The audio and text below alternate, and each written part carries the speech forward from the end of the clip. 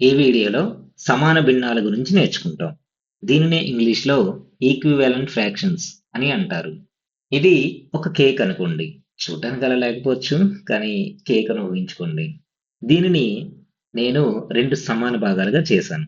కాబట్టి హారం 2 అవుతుంది. అందులో ఒక భాగాన్ని తిన్నాను. అంటే 1/2 వంతు భాగాన్ని తిన్నానని అర్థం. ఇంతే సమాన పరిమాణం కలిగిన ఇంకో కేక్‌ని తీసుకోండి. ఈసారి కేక్‌ను 2 కాదు 4 సమాన భాగాలుగా చేశాను. అప్పుడు హారం 4 అవుతుంది. నేను ముందు చెప్పిన విధంగా అంతే పరిమాణం కలిగిన కేక్ ముక్కను తినాలంటే ఈ కేక్‌లో 2 ముక్కలు తీసుకోవాలి.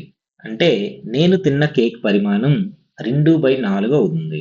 ఇక్కడ గమనించండి. రెండింట్లోనూ సమాన పరిమాణం కలిగిన భాగాన్నే తిన్నాను. కానీ మొదటి కేక్‌లో ఒకే భాగాన్ని తీసుకున్నాను. రెండో కేక్‌లో 2 భాగాలను తీసుకున్నాను. అంటే ఇక్కడ భాగాలు పెరుగుతున్నాయి కానీ పరిమాణం మాత్రం సమానంగా ఉంది. ఎందుకంటే మొదటిసారి కేక్‌ను పెద్ద ముక్కలు చేశాను. కాబట్టి 2 ముక్కలే వచ్చాయి. అందులో ఒకటి తీసుకున్నాను. ఈసారి కేక్‌ను 4 చిన్న ముక్కలుగా చేశాను. అందులో 2 ముక్కలు తీసుకున్నా. కానీ పరిమాణంలో మాత్రం ఇవి 2 సమానమే. కాబట్టి 1/2 2/4 అవుతుంది. కాబట్టి ఈ రెండింటిని సమాన భిన్నాలు అని అంటారు. ఇప్పుడు ఇంతే సమాన పరిమాణం కలిగిన ఇంకో కేక్‌ను తీసుకుందాం. కానీ ఈసారి కేక్‌ను 8 ముక్కలు చేశాను. అలాగే దానిలో 4 ముక్కలు తిన్నాను. కాబట్టి నేను తిన్న భాగం 4/8 అవుతుంది.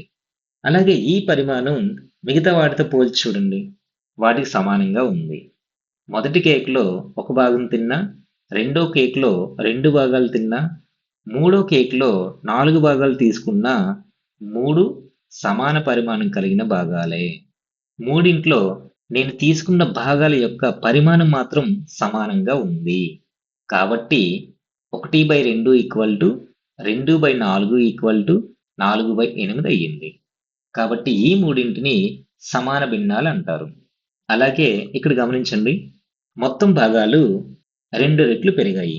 అందుకే ఇంటూ 2 చేశాం. తిన్న భాగాలు కూడా 2 రెట్లు పెరిగాయి. అందుకే ఇక్కడ కూడా ఇంటూ 2 చేశాం. అంటే లవం మరియు హారాన్ని ఒకే సంఖ్యతో గుణిస్తే వచ్చే భిన్నం కూడా మొదటి భిన్నానికి సమానంగా ఉంటుంది. కాబట్టి ఈ రెండింటిని సమాన భిన్నాలు అంటారు. ఇక్కడ మొదటి భిన్నం 1/2. దీనిని 2 రెట్లు చేశాను. అంటే ఇంటూ 2 చేశాను. లవం మరియు హారం రెండింటిని ఇంటూ 2 చేశాను. చేస్తే 1 ఇంటూ 2 2, 2 ఇంటూ 2 4. కాబట్టి 2/4 వచ్చింది. అలాగే ఈ రెండింటి విలువ సమానంగా ఉంది. కాబట్టి లవం మరియు హారం రెండింటిని ఒకే సంఖ్యతో గుణిస్తే వచ్చే భిన్నం కూడా మొదటి భిన్నానికి సమానంగా ఉంది. కాబట్టి ఈ రెండింటిని సమాన భిన్నాలు అంటారు. ఇక్కడ రెండో భాగం చూడండి.